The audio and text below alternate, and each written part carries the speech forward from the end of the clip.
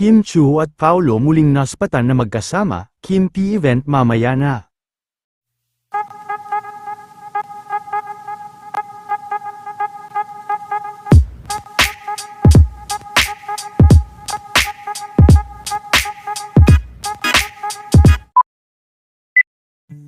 Sa huling araw ng serye nila Kim at Paolo Avellino sa telebisyon kahapon, ay lubos-lubos nga ang pasasalamat ni Kim at Mr. Paolo Avellino, dahil isa nga ito sa kanilang mga karakter na tumatak at talagang pinag-usapan sa social media.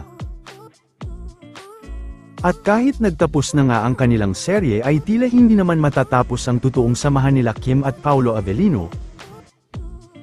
Ito ay matapos lumabas ang ilan sa larawan at video habang nasa iisang gym ang dalawa kahapon. Matatandaan na hindi ito ang unang beses na nakitang magkasama ang dalawa sa nasabing gym. Kaagad din naman na umani ng iba't ibang komento ang kanilang mga larawan at talagang kinakiligan ang kanilang mga fans. Hirit din ng iba ay endgame na umano sila Kim at Paolo Avellino.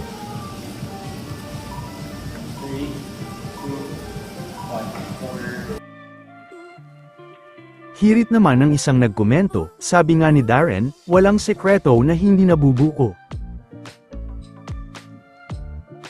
Samantala ngayon pa lang din ay marami na ang excited dahil muling magkakasama sila Kim at Paolo Avellino mamaya sa Market para sa kanilang pasasalamat at show sa mga fans ng What's Wrong with Secretary Kim.